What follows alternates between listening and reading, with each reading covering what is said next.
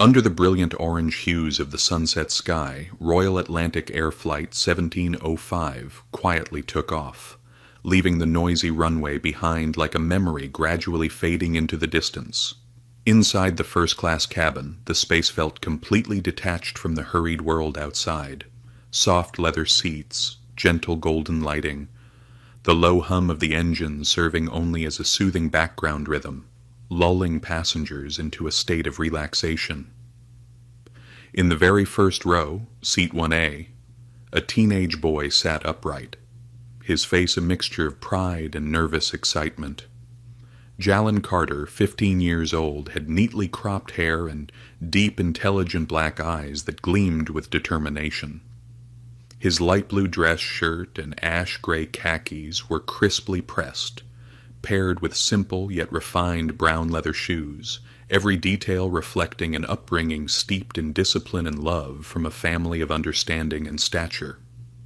This wasn't merely a flight, it was the first milestone in a journey of independence, a gift from his father, Marcus Carter, the legendary CEO of Carter Technologies, to his son. Marcus was often occupied with intercontinental meetings, yet for Jalen he always carved out time to impart invaluable lessons, not just through words, but through lived experiences, teaching him to stand tall, to face challenges head-on, to become a man no one could dismiss. A flight attendant approached, her figure graceful, her voice gentle. "Good evening, Mr. Carter. Would you like something to drink while you wait for dinner service?" Jalen tilted his head up slightly, offering a polite smile. "I'll have an orange juice, thank you." The attendant nodded, a brief flicker of surprise crossing her face at the boy's maturity beyond his years. With just a simple gesture, a steady gaze, a calm tone, he revealed the environment in which he had been raised. Cradling the cold glass of orange juice in his hand, Jalen leaned back slightly, his gaze wandering out the window. The sunset unfurled across the horizon, bathing the billowing sea of clouds in soft golden light like endless flowing silk. Bathed in that light, Jalen's face appeared even more radiant, a quiet yet fierce faith in the future reflecting within him. "Today, you will take your first steps on your own." His father's words at the airport echoed once again in Jalen's mind, like a silent vow. The atmosphere was filled with a serenity that felt almost sacred. The gentle hum of the engines, the soft turning of book pages, the faint clinking of silver spoons against crystal glasses, all blended into the perfect background music for a young boy's first moment of growing up. Yet sometimes the most peaceful moments are merely the calm before a storm. Click, click. The sharp sounds of high heels striking the polished wooden floor shattered the fragile tranquility. Jalen slightly raised an eyebrow, glancing toward the source of the sound. A middle-aged woman draped in an expensive cream-colored coat and carrying a limited-edition Chanel bag was striding toward the VIP cabin. Her gait was confident, almost arrogant, as if each step she took was entitled to a red carpet. Evelyn Stokes, a name familiar to every seasoned employee of the airline. As a longtime Platinum Elite member, Evelyn was accustomed to being treated like royalty every time she boarded a plane, and to her, Seat 1A was a symbol of privilege, of status, of undeniable superiority. When Evelyn's eyes swept across the first-class seats and landed on Jalen, her expression instantly hardened into one of cold disdain. A boy? Black? Sitting in 1A, the seat that had belonged to her for years. Evelyn's eyebrows furrowed sharply. Her lips pressed into a thin, trembling line of suppressed anger. Unacceptable. The atmosphere suddenly grew heavy, as if a low-pressure system had swept through the cabin. Other passengers began casting furtive glances toward Evelyn, sensing the shift in the air. Evelyn marched directly toward a flight attendant, her voice raised. "There must be a mistake. I always sit in seat 1A on every flight. How could a child be sitting there? Call the manager immediately." Her arrogant voice rang through the cabin like an arrow piercing the previously peaceful air. The murmurs among passengers died away. All eyes turned toward Jalin, some curious, some sympathetic, but none willing to speak up. Jalin remained still, his hand tightening slightly around the cold glass of orange juice. He could feel the weight of the stairs, like hundreds of tiny needles pricking his skin, an uncomfortable, unfamiliar feeling, but not unexpected, given the lessons his father had instilled in him. Not everyone will accept you immediately. When that happens, you don't need to shout. You just need to stand firmer.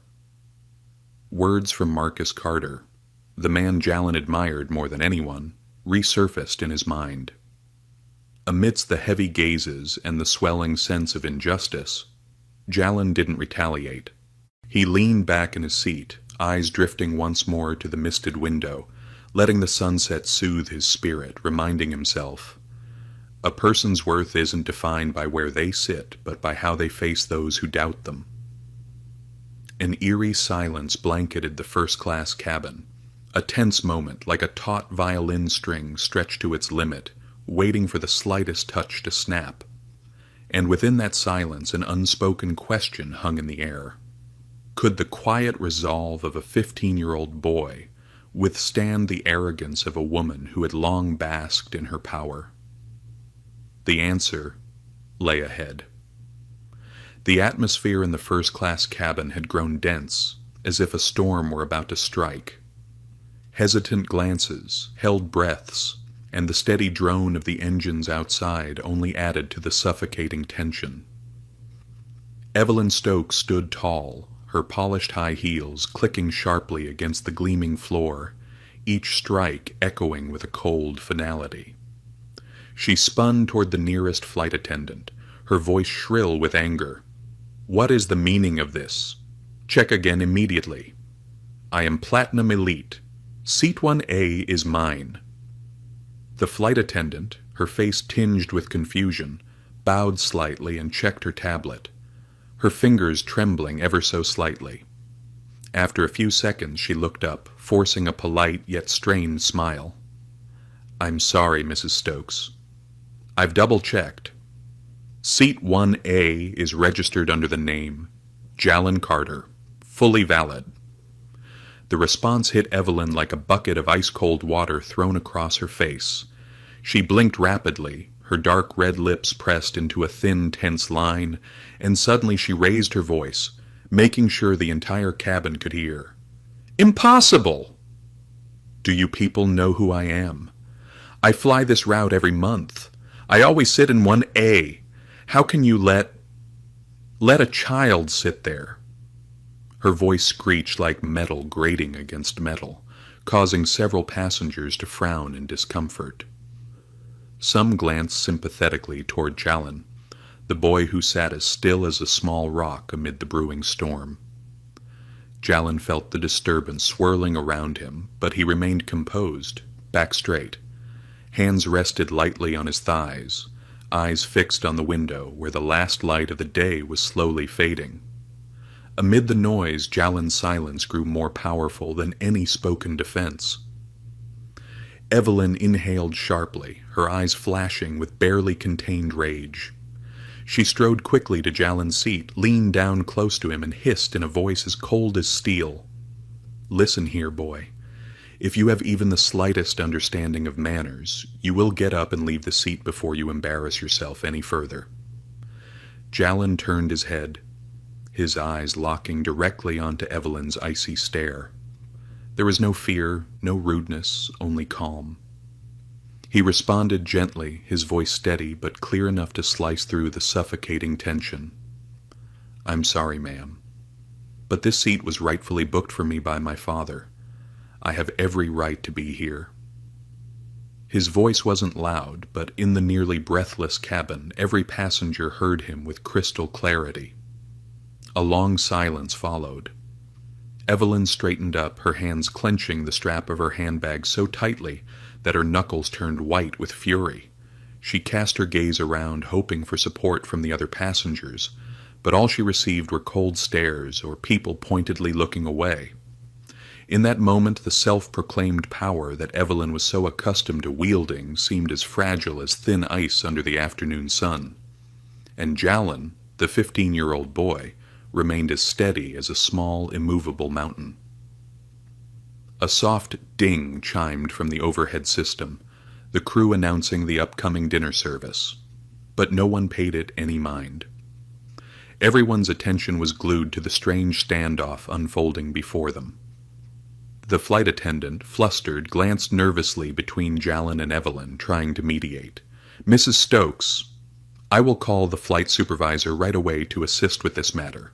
Please bear with us for just a moment." Evelyn didn't respond. She simply stood there, breathing heavily, her gaze locked onto the teenage boy, as if she could force him out of the seat with sheer willpower alone.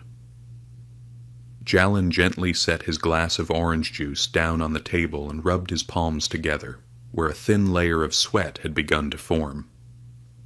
Outwardly he looked composed, but inside he felt his heart pounding faster than usual.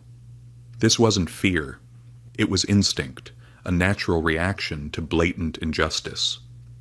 He reminded himself, "Dad once said there will be times when you must stand firm alone, not to prove anything to others, but to uphold your dignity." And today, Jalin knew that moment had come. The familiar sound of high heels echoed again from the end of the cabin, but this time the steps were more purposeful, signaling the arrival of someone in authority. All eyes turned once again toward the aisle. A middle-aged woman in a crisp navy blue uniform, a white silk scarf tied neatly at her collar, stepped forward. Her face was composed, her eyes sharp with the wisdom of long experience.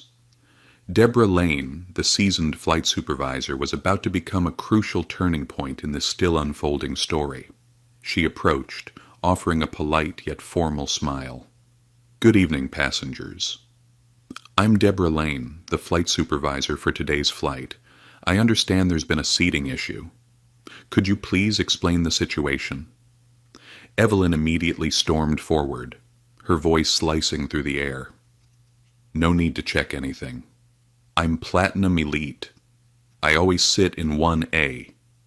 And today, you've let a kid take my seat.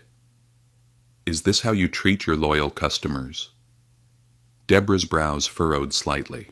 Her sharp eyes briefly scanned Jalin before returning to Evelyn, carefully concealing the discomfort rising within her.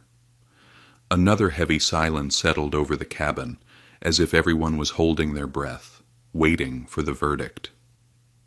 What would Deborah choose? Would she continue catering to a longtime VIP customer, or would she defend the rightful seat of a lone teenager? A seemingly small decision, yet one whose consequences could shake the skies. The atmosphere in the first-class cabin no longer carried the pleasant tranquility it once had.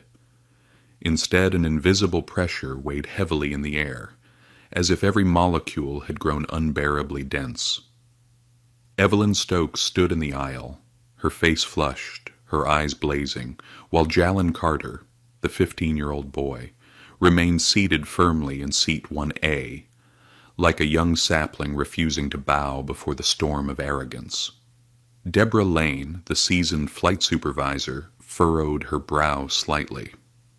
She knew very well Evelyn was not an easy customer to deal with, and in the airline industry, saving face for VIP customers often meant keeping your job safe. But this time Deborah could feel very clearly that this boy was not as simple as his quiet demeanor suggested. Deborah stepped forward, offering a professional smile. "Mr. Carter, I understand that seat 1A belongs to you. However, to avoid disrupting the flight, would you consider moving to another comfortable seat just to help satisfy everyone?" Her voice was gentle, her choice of words deliberate, but behind them was a heavy pressure weighing down on Jalin. Around the cabin, a few impatient glances and murmured whispers seemed to plead, "Just stand up, kid. Give up the seat and it'll all blow over." Jalin gripped the armrest tightly. He could feel the full force of the pressure wrapping around him. the eyes of the crowd, the subtle disappointment of the flight attendants, Evelyn's barely restrained fury.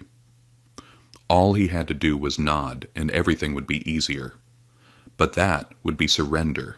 It would be an acceptance that because of his skin color, because he was just a child, he didn't deserve the rights he legally held. Jalin lifted his gaze to meet Deborah's, his eyes shining with steadfast resolve.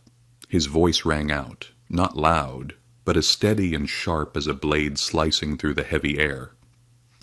"I'm sorry, Ms. Lane, but I will not leave this seat. This seat was rightfully booked for me by my father. I have every right to sit here, just like any other passenger." The silence that followed stretched on endlessly. Deborah stood motionless for several seconds, her face stiff, her hand gripping the edge of her tablet tightly. Evelyn, after a moment of stunned silence, exploded like a firestorm, whipped by the wind. She lunged forward, pointing a finger straight at Jalin, her voice shrieking, "Ungrateful brat! Who do you think you are sitting there? You ought to know your place." The piercing shriek tore through the cabin, causing some nearby passengers to grimace and turn away. Jalin remained seated, hands resting calmly on his lap. His gaze, clear and unflinching, stayed locked onto Evelyn. Not with hatred, not with fear, but with an immovable defiance. A flight attendant hurried between them, her voice faltering. "Mrs. Stokes, please, could you calm down? Perhaps you could take a temporary seat so we can proceed with dinner service." Evelyn whipped around toward the flight attendant, snarling each word. "No. I will not sit anywhere else but 1A. If this airline dares treat me this way, I'll make sure the press hears about it." Her voice rang out, sharp and forceful, echoing across the cabin. Passengers began whispering among themselves. Scattered sighs of frustration could be heard. The atmosphere thickened with tension. Amid the storm, Jalin lowered his head and opened his phone. His hands trembled slightly from suppressed anger, but his eyes remained steady. On the screen, only one name appeared in his favorites list. Dad, Marcus Carter. He pressed call. The first ring sounded. Jalin gripped the phone tightly and drew a deep breath. His eyes, gazing out the window where the sunset painted the sky a blazing red, silently promised that he would not back down. On the other end, after just 2 rings, the familiar voice answered, calm and strong. "Jalin? Is everything all right, son?" Hearing his father's voice, the crushing weight on Jalin's shoulders seemed to lift slightly. Yet he kept his voice steady. "Dad, there's a situation on the flight. A passenger is demanding that I vacate seat 1A. Even the supervisor is pressuring me. I don't know what to do." On the other end, Marcus Carter fell silent for a few seconds. But it wasn't the silence of surprise. It was the focused silence of a man calculating all possible consequences. Then, his familiar steady voice spoke. "You did the right thing, Jalin. Stand firm. You have every right to be in that seat. Don't let anyone make you doubt your worth." Jalin's heart skipped a beat. He clenched the phone tighter, feeling a surge of fiery determination burn stronger within him. Marcus continued, his voice firm. "Don't worry. I'll take care of this. Right now." The call ended. Jalin lowered his phone and looked around the cabin, his gaze no longer defensive, but the calm of someone who knew he belonged right where he was. Evelyn still stood there, her face twisted with rage. Deborah Lane continued trying to manage the situation, but an uneasy premonition was rising within her. This was not going to be a simple problem. None of the passengers in the cabin, not even Evelyn, knew that in just a few minutes a real storm was about to break loose, and all the long-standing arrogance, all the ingrained prejudice would be swept away with a single phone call. Do you think Jalin was being too stubborn? Or was this 15-year-old boy doing what even many adults hesitate to do? If you believe that justice must be defended, please like, share, and comment your thoughts. And don't forget to follow so you won't miss the next part, where real power steps in to shatter injustice on this flight. As soon as the call ended, Jalen Carter returned to his seat at 1A with a calmness that was almost chilling.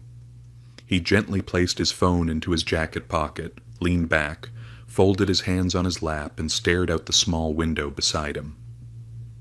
The last light of the afternoon had faded, surrendering to the depths of night. Outside, the blinking lights on the aircraft's wings pulsed rhythmically, like the steady heartbeat of an unwavering soul. Evelyn Stokes still stood stubbornly in the aisle, her face flushed red like a ripe tomato. She couldn't comprehend how that black boy dared to challenge her, to defy a platinum elite like her. She whirled toward Deborah, her voice cracking with rage. "Is this still not resolved? Do you want me to cause a scene here in front of all the passengers?" Deborah Lane, who had been struggling to maintain her professionalism, could no longer hide her anxiety. She glanced at her watch. The flight was about to enter dinner service, and any further delay would disrupt the entire schedule. Just a few more minutes, Deborah thought. If this wasn't handled, the consequences would be severe. But just then, when the tension was almost unbearable, the loudspeaker blared out suddenly and urgently, "Attention, cabin crew. Senior airline representatives are boarding. Prepare to receive special inspection." The entire first-class cabin fell into stunned silence. Deborah flinched. Evelyn frowned. Some passengers began to murmur loudly. "Senior representatives? Boarding the plane? What's happening?" Within less than 5 minutes, the cabin door swung open. 2 men in black suits entered, walking with purposeful strides, their eyes sharp. One had neatly combed silver hair and a stern expression, carrying an ID badge that gleamed under the cabin lights. Robert Evans, Chief Executive of International Customer Service for the airline. Beside him walked a younger man, his gaze as cold as steel. Matthew Hughes, Head of Aviation Safety. They didn't smile. They weren't here for pleasantries. Their eyes swept quickly over Deborah, then Greg, the flight attendant, before pausing briefly and softening slightly at the sight of Jalen, before finally locking onto Evelyn like a laser. Robert Evans spoke, his voice deep and cold, echoing through the cabin. "We have received an urgent report of disruptive behavior, harassment of a passenger, and violation of airline policies in the first-class cabin of Flight 1705. He paused, a silence so heavy it seemed to crush the very air around them. "We are here to address it immediately." Deborah Lane turned pale. Greg, the VIP cabin attendant, swallowed hard. As for Evelyn, still believing she held the upper hand, she smirked arrogantly, lifting her chin high as if awaiting vindication.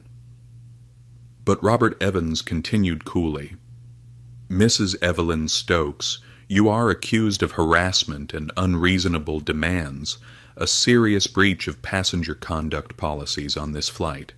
We require you to immediately return to your assigned seat and cease any further disruptions. Failure to comply will result in enforcement actions as per airline regulations." His voice was neither loud nor harsh, yet every word struck like a blade. Evelyn froze for a moment. She glanced around, seeking support from the passengers, but this time all she met were cold, indifferent, or even annoyed stares. The world she once knew, a world where privilege and entitlement shielded her, had completely turned its back on her.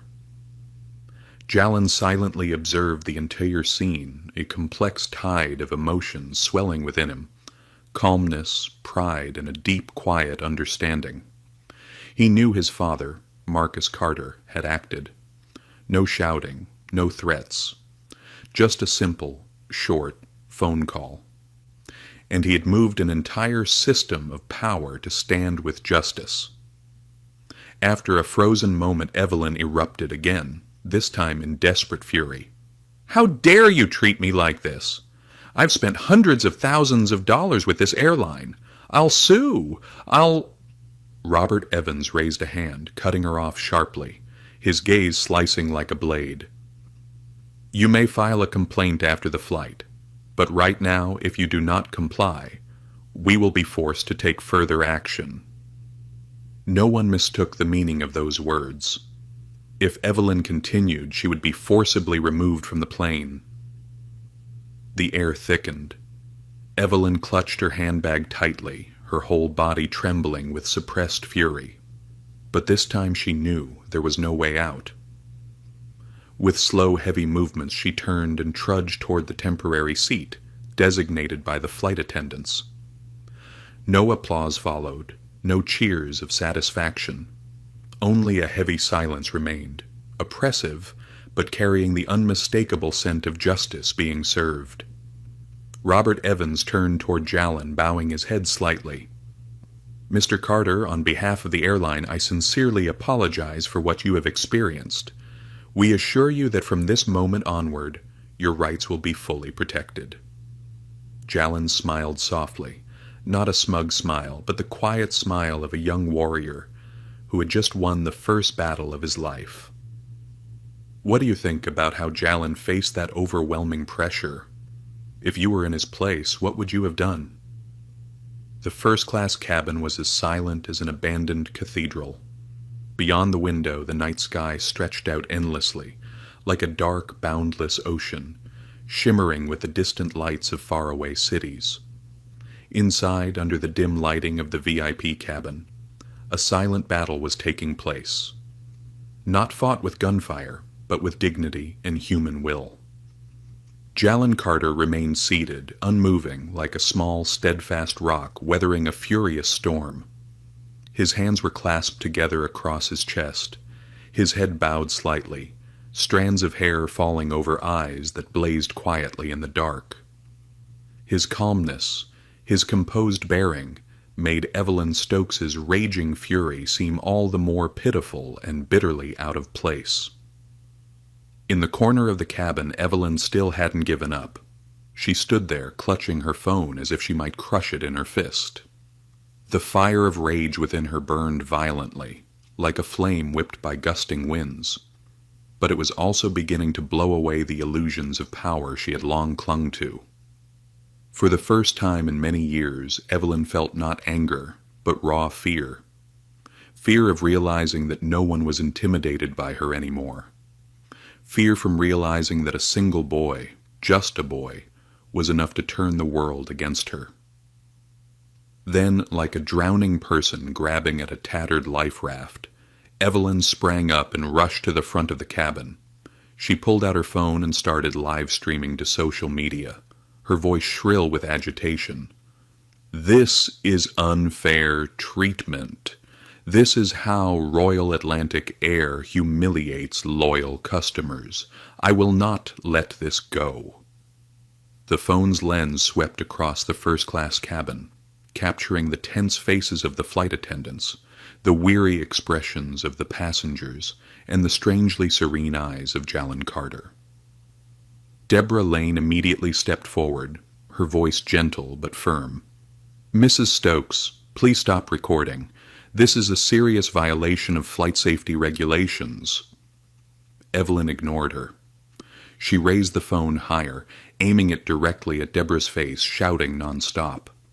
The already oppressive atmosphere now felt like a balloon stretched to the brink, ready to burst with a single prick.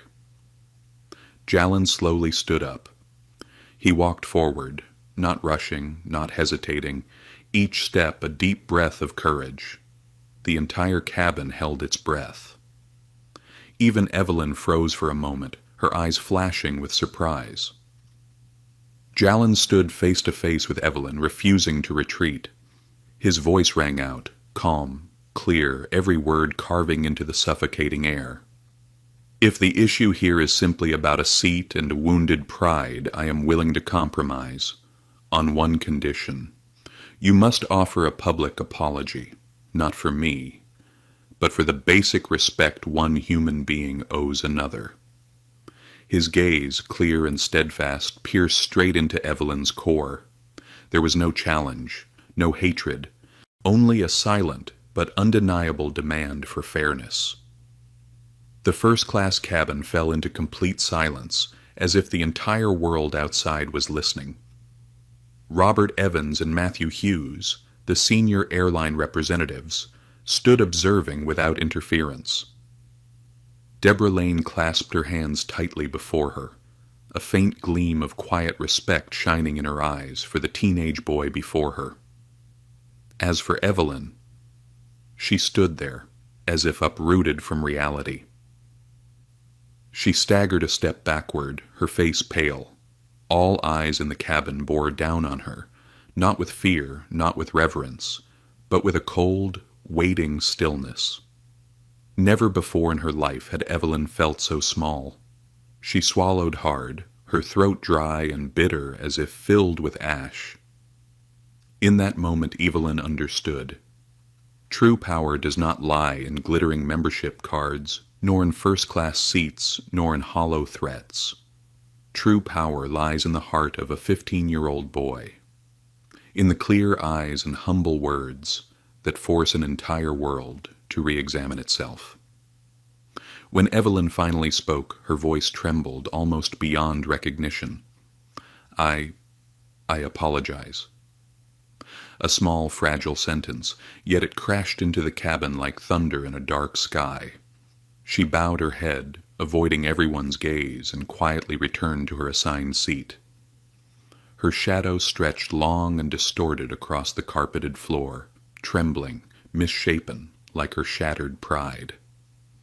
Jalin did not smile. He did not show pride. He simply returned to his seat at 1A, leaned back into the soft leather, and closed his eyes. In the faint, dreamy glow of the cabin lights, his face shimmered gently, bearing silent witness to a quiet yet monumental victory. The plane continued gliding through the night, soaring across a dark, star-studded sky. No one in the first-class cabin said another word. No one needed to, because everyone could feel it, the lesson that would remain with them for the rest of their lives. Justice does not come from status. Respect is not born of privilege. And dignity, once defended by unwavering courage, will always shine, even in the darkest of nights. The airplane continued to surge forward, slicing through the depths of the night like a faint, glowing arrow piercing the endless sky. Inside the first-class cabin, silence reigned. There were no more whispers, no more prying glances, only a heavy, solemn atmosphere as if everyone had just weathered a fierce storm. And now, among the silent wreckage, each person was left to confront their conscience. Jalin Carter sat quietly in seat 1A. His eyes were half closed, allowing the steady hum of the engines to soothe the tangled thoughts swirling in his mind. He did not feel victorious, nor did he feel triumphant. Only a vague emotion lingered, a deep, quiet sorrow, witnessing the raw truth that sometimes pride could lead people to isolate themselves completely. At the far end of the cabin, Evelyn Stokes sat motionless. Her face was ashen, her vacant eyes staring into the void ahead. The phone, which only minutes ago had been her desperate weapon to salvage her dignity, now dangled loosely in her hand, lifeless, like a discarded object. The cabin lights reflected off her forehead in flickering patterns, as if shame itself was slowly eroding her away. No one looked at her. No one offered a word of comfort. Robert Evans and Matthew Hughes, the two senior airline representatives, stood silently at the front of the cabin, exchanging glances. Finally, Robert stepped forward. His voice rang out, deep and resolute. "Ladies and gentlemen, we sincerely apologize for the inconvenience caused earlier. After a full review of the situation, Royal Atlantic Air has decided to implement the necessary actions to safeguard the rights and safety of all our passengers." He paused. A suffocating silence enveloped the cabin. All eyes turned to Robert, some with hope, some worry. But mostly it was a profound, waiting silence, the silence of people longing for justice to be restored. Robert continued, his voice cutting like a blade. According to internal regulations and following direct orders from the corporate leadership, we hereby permanently revoke Mrs. Evelyn Stokes's Platinum Elite status, along with all associated privileges. As the announcement ended, the entire cabin seemed to explode into a stunned, deafening silence. No applause, no cheers. Yet that silence resonated louder than any ovation could, because it was the silence of justice, a justice that had arrived late, but came with unyielding force. Evelyn blinked as if she couldn't believe what she was hearing.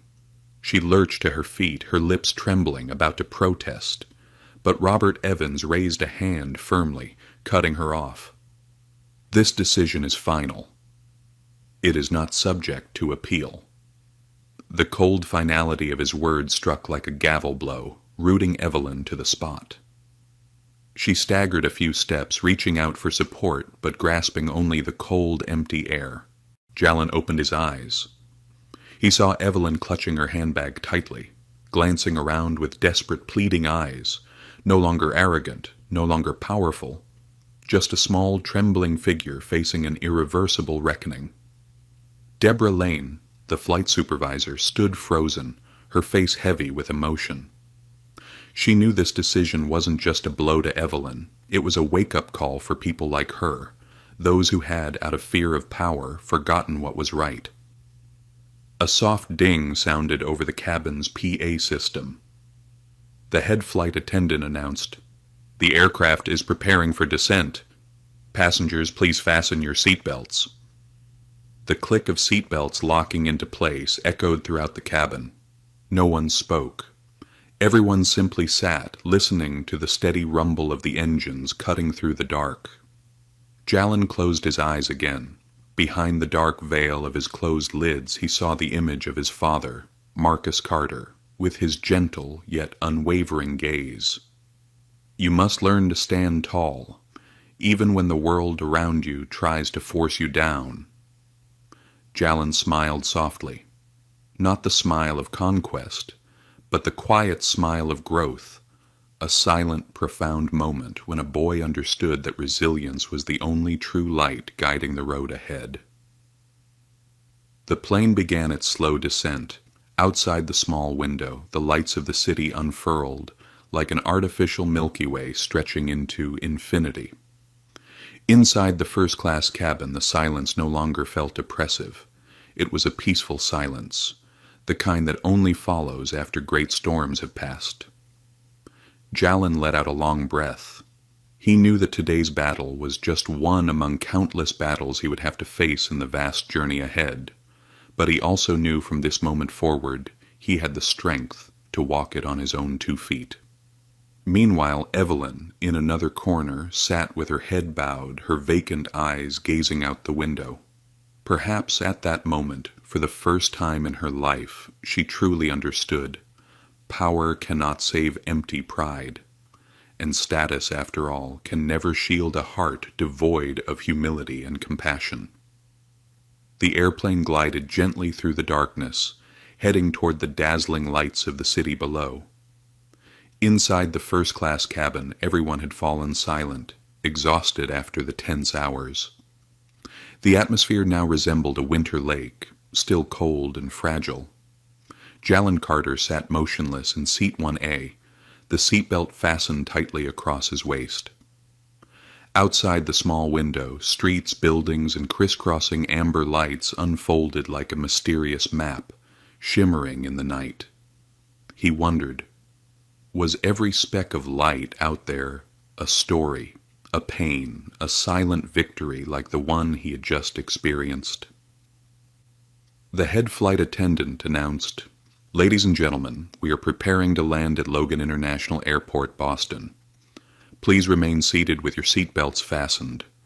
The soft clattering of meal trays being folded away, seats being returned upright, and the bright seatbelt signs lighting up filled the cabin. No one spoke, no one smiled. Only the soft rumble of the engines and the muted golden light covering every face remained, turning each passenger into a living statue, quietly waiting for the journey to end. Jalin closed his eyes and exhaled deeply. In his mind, the image of his father, Marcus Carter, appeared as clearly as a lighthouse in the dark. Never forget, Jalin. No one has the right to take away your dignity. The plane touched down with a gentle shudder. The cabin rocked slightly. The screech of the tires against the runway echoed, stretching out like a collective sigh of relief from the entire crew. The head flight attendant's voice came over the intercom again. "Welcome to Boston. Please remain seated until the seatbelt sign has been turned off. Thank you for flying with Royal Atlantic Air." The ding sounded. The seatbelt signs extinguished. Passengers began unbuckling, standing, and retrieving their luggage from the overhead bins. Jalin remained seated, unhurried. He knew that after this flight things would never quite be the same again. Something invisible inside him had changed forever. But just as he reached down to grab his backpack from under the seat, a familiar figure appeared before him. Evelyn Stokes. She stood there, her face as cold as stone, her eyes hollow, as if the events of the flight had never occurred. In her hand, she clutched a pristine white envelope, its edges crumpled from being gripped too tightly. Evelyn leaned down close to Jalin, her voice low but every word sharp as steel. "Think you've won, boy? Just wait and see."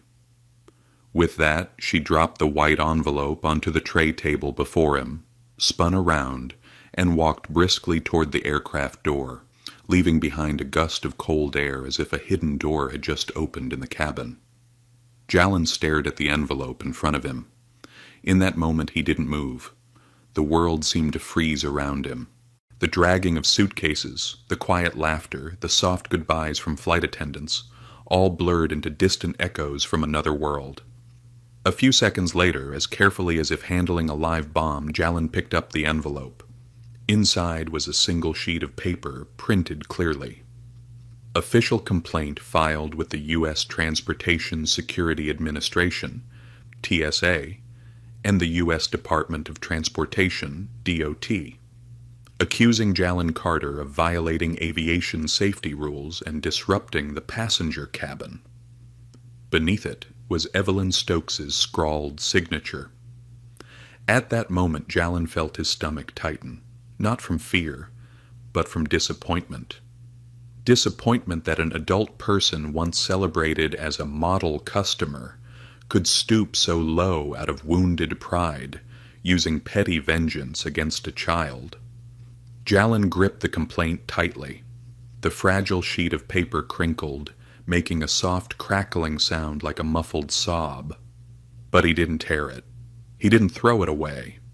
Instead, he tucked it carefully into his backpack, zipped it shut, then stood up, drew a deep breath, and walked steadily out of the aircraft cabin.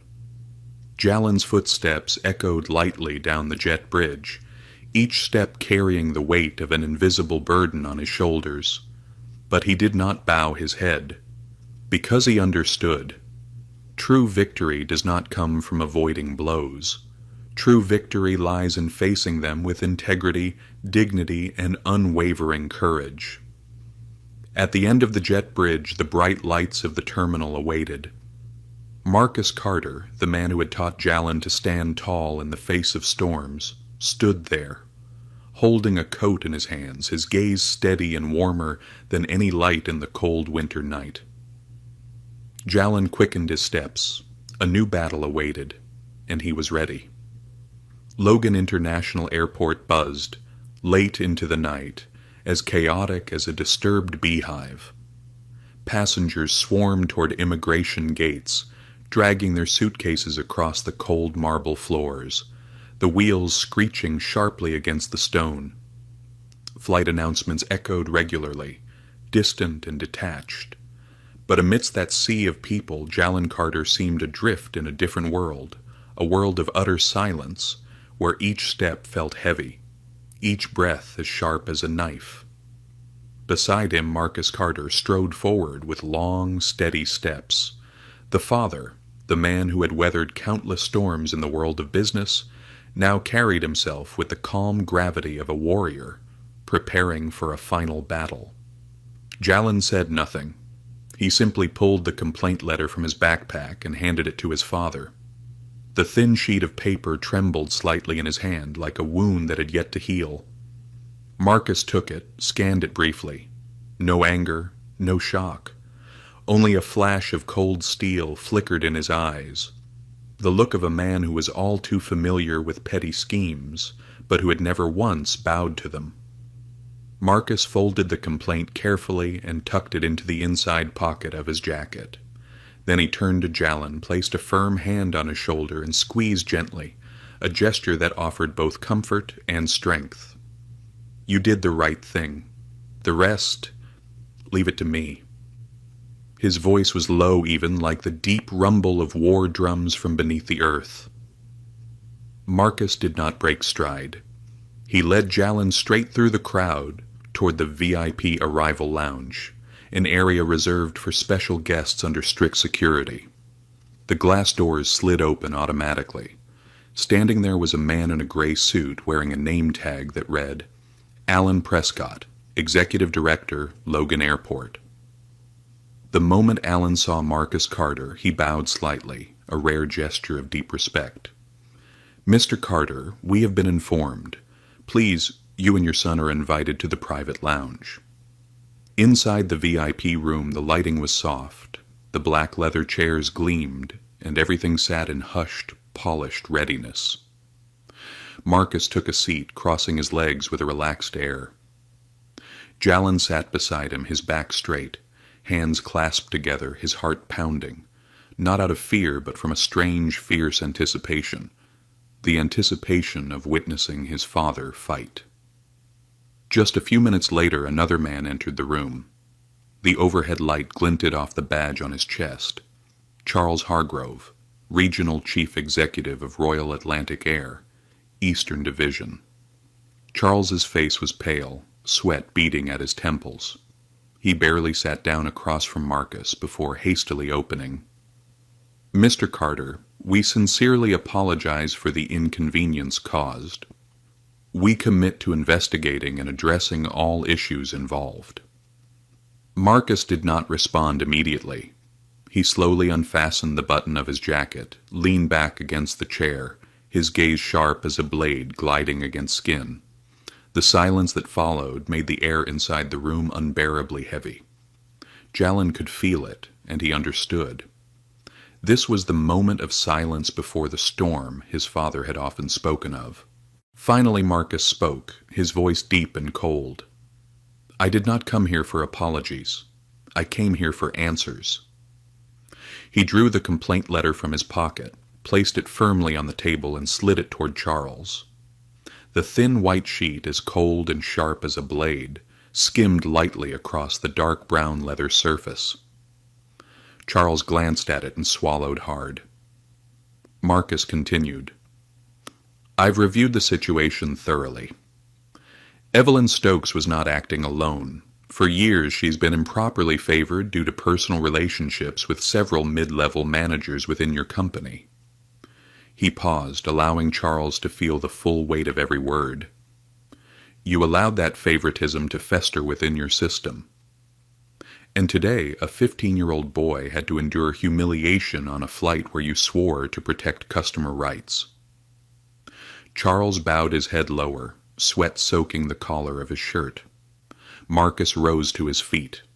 The light from above cast a long, razor-sharp shadow behind him, like the shadow of an eagle unfurling its wings. His voice rang out, crisp and unrelenting. "Royal Atlantic Air must make an immediate decision. Either you publicly apologize to Jalin Carter, fire all individuals involved, and commit to reforming your internal processes, or I will take this case to the press, to the courts, and ensure that no one ever trusts the name Royal Atlantic again." Silence, a chilling silence like the split second before a hurricane howls. Charles lifted his head, defeat written across his face. He understood. This wasn't a threat. It was a sentence. Finally, in a hoarse voice, "We accept all your demands." Charles pulled out his phone and dialed an internal number. Within minutes, an official announcement was broadcast across the airline's internal communications network. Immediate termination of all implicated managers. A public apology to Jalen Carter across all official media platforms. A commitment to thoroughly review and eliminate favoritism from the customer loyalty programs. Jalen sat quietly, observing everything. His heart pounded, not from joy, but from pride. Pride in his father. Pride in himself for standing firm until the very end. When Charles bowed one last time and hurried out of the room, leaving behind a heavy, solemn silence, Marcus finally turned to Jalen, his gaze softening. He patted his son's shoulder gently. "Son, the world out there is not fair, but as long as you hold on to your integrity, no darkness will ever be great enough to extinguish the light inside you." Jalen nodded, his eyes bright. No more words were needed. In that silence there were 1,000 promises for the long road ahead. Roads he would walk with his own 2 feet, with a heart that would never yield. That morning in Boston was unusually cold. The wind howled past the towering glass buildings, sweeping along the wide boulevards as if trying to erase every last trace of the long night. Inside a luxurious cafe near the airport, Marcus Carter and Jalen Carter sat across from each other by a large window overlooking the gray city streets. On the table, 2 cups of black coffee steamed quietly, the rich aroma spreading softly into the heavy, somber air. Jalen flipped through the morning newspaper. The headline blazed across the front page. Royal Atlantic Air publicly apologizes to teen passenger following discrimination incident. Beneath the headline was a photo of a 15-year-old boy, sitting upright amidst a sea of scrutinizing stares in the first-class cabin, his eyes calm and steady. A wave of warmth surged through Jalen's chest, not because he was being praised, but because finally, his story had been told truthfully, without embellishment, without distortion. Marcus sat quietly, watching his son. In the deep dark eyes of the man was a silent but powerful pride. No need for praise, no need for grand gestures. Just by looking into the composed maturity in Jalen's eyes, he knew. His boy had grown up. But just as it seemed peace had been restored, another undertow began to rise quietly. Marcus pulled out his phone. A new email notification flashed on the screen. Its title brief and sharp. Urgent. Evelyn Stokes lawsuit notice. Marcus's expression didn't change. He skimmed through the email while Jalen held his breath, waiting. Evelyn Stokes, like a cornered animal, had filed a countersuit against Marcus and Jalen, accusing them of defamation, emotional distress, and demanding over $5 million in damages. A final, feeble, but venomous counterattack, a desperate attempt to salvage the scraps of her shattered pride. Jalen tightened his grip around his coffee cup, not out of fear, but from profound disappointment. Once again, Evelyn chose to cling to hatred instead of learning from her downfall. Marcus placed the phone down, exhaling slowly, as if shedding an invisible burden. He lifted his head, and in his eyes burned a cold, steely light. "Jalen, do you know what true strength in a man is?" Jalen shook his head. Marcus smiled, a rare smile, both somber and resolute. "It's not about hitting back harder. It's not about shouting louder than those who scream. It's about being strong enough to turn attacks into ascension, to transform insults into material for self-perfection." He leaned back in his chair, hands clasped together, his gaze distant. "We won't counter-sue. We won't descend into the mud pit Evelyn has set. Instead—" Marcus paused, the corner of his mouth curving into a sharp smile. "We'll use this lawsuit as the foundation for a nationwide campaign to raise awareness about discrimination in the airline industry. We'll fund scholarships for children who have suffered injustice, just like you." Jalin sat stunned. In that moment, he felt something he had only vaguely understood before. True power doesn't lie in revenge. True power lies in shaping the world with compassion and wisdom. A few hours later, Carter Technologies issued an official press release. "We do not retaliate. We build. Starting today, the Carter Foundation will establish a free legal aid fund for any passenger who experiences discrimination on commercial flights within the United States." The internet exploded. Major newspapers quickly published stories praising the noble response of Marcus and Jalin Carter. The hashtag #FlyWithDignity trended nationwide within hours. Meanwhile, Evelyn Stokes drowned in an unstoppable wave of public condemnation. She became the symbol of a dying generation of entitlement. A generation unable to adapt to a world that now valued dignity and justice as the only true passports to the future. That night, as Boston lay silent under thick, heavy clouds, Jalin stood by the hotel room window, gazing out at the distant sea of amber lights. In his ears, his father's words echoed, "No one can stop you from growing, except your fear." And Jalin knew that from this night on, no matter how many challenges lay ahead, he was ready to walk forward, without resentment, without fear, armed only with courage and a heart that would never surrender. Outside, the airport lights blinked rhythmically, like the steady heartbeat of a new generation. A generation that knows dignity and wisdom are the first and everlasting tickets on the journey of life. Boston, a winter morning.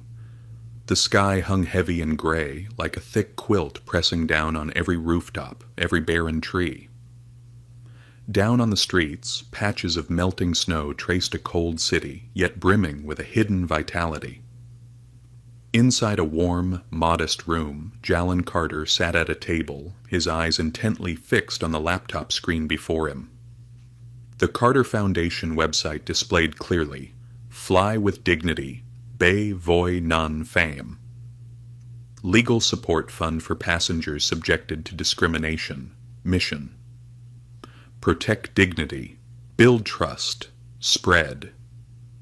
Justice below the text was an image of children beaming with joy, passengers of every color holding hands under a boundless blue sky. Jalin exhaled softly. He felt an incredible lightness, as if he had finally shed a heavy backpack he had carried across a long and weary journey. No more anger, no more resentment. Only a profound peace remained, the kind of peace that only those who have weathered the fiercest storms while keeping their hearts pure could ever touch. Marcus Carter entered the room carrying 2 mugs of hot cocoa.